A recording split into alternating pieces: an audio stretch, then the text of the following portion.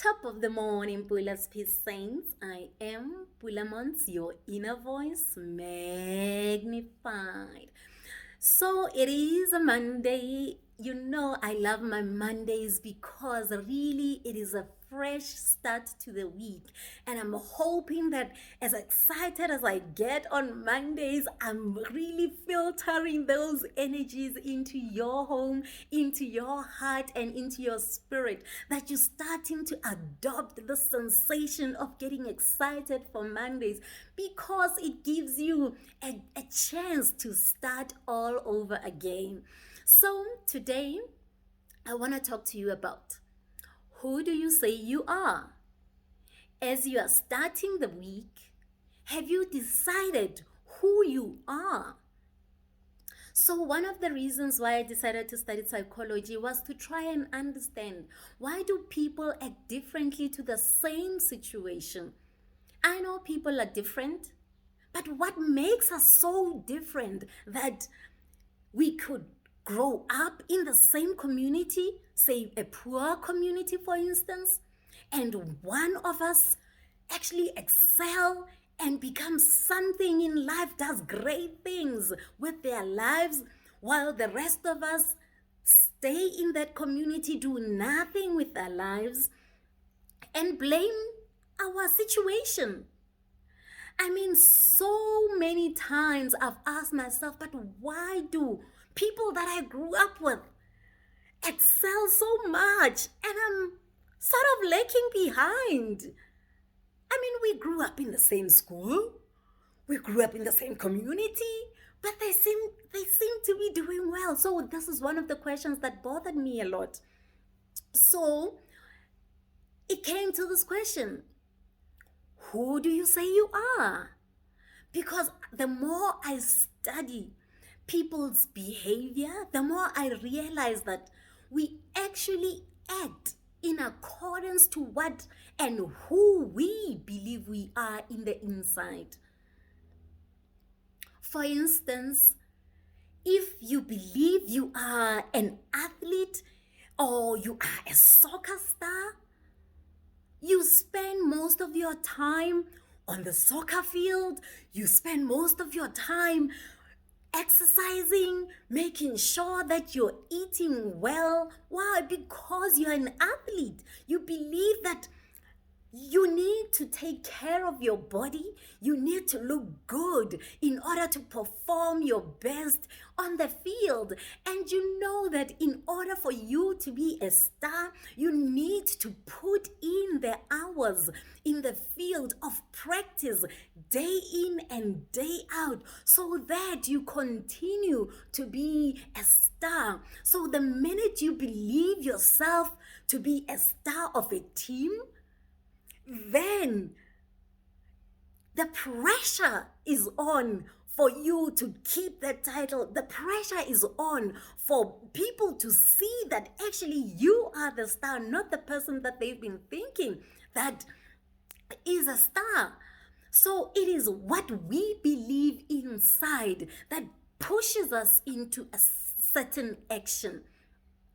So that's why I believe that at times people would act differently to the same situation because these two people, for example, growing up in the same community, have certain beliefs in the inside of them about themselves. So one could believe that, yes, I'm growing up in a poor community, but I was never meant to be poor. I'm going to be a success in life. And the other would say, you know what?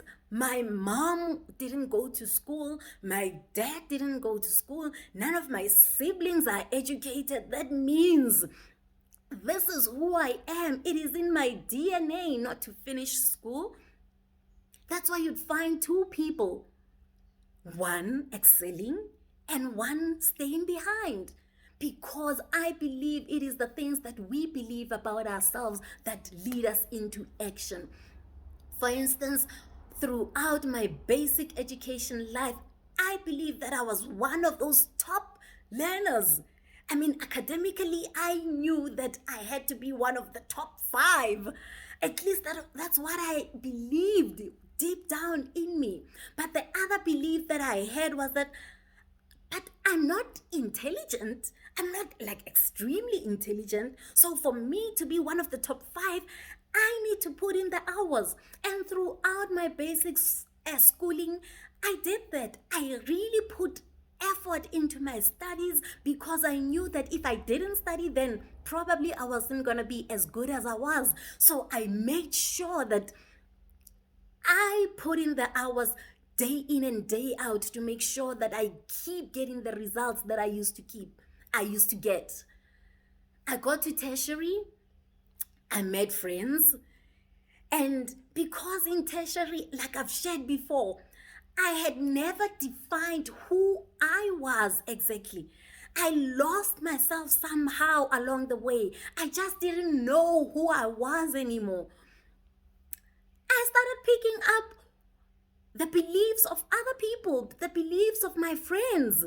I mean, I was in a group of friends where we believed that in tertiary, when you get 50%, that's like an A. we used to say that that's a distinction. In fact, we said 51% is a distinction in tertiary.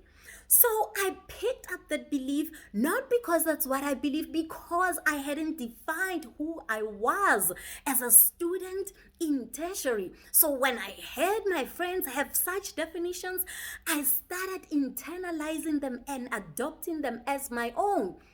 And you know what? I didn't study a lot. I didn't put in much effort as I used to because I had a different belief about myself that if I get a 51%, then it's a distinction. So the effort, the action that came with that belief led to mediocrity. And this is one thing really I never want to share, but I'm going to share it because I love you, right? So, first year, I failed. I failed my first year in tertiary. From being one of the top 5 students, learners in high school, to all of a sudden becoming a failure. That was a shock to my system. And you know what? My friends who believed that 51% was an A in tertiary, they passed. Why? Because that is exactly what they believed in their inside. That is who they had defined themselves as. And they made sure that they worked hard enough to get that 50, to get that 51, to see them through. Because it was their belief, it was what was going on in the inside of them, they made it work. I was the only one who failed my first year out of all my friends in tertiary. It was bad. But you know what? I continued in that mindset because I continued to keep the same friends.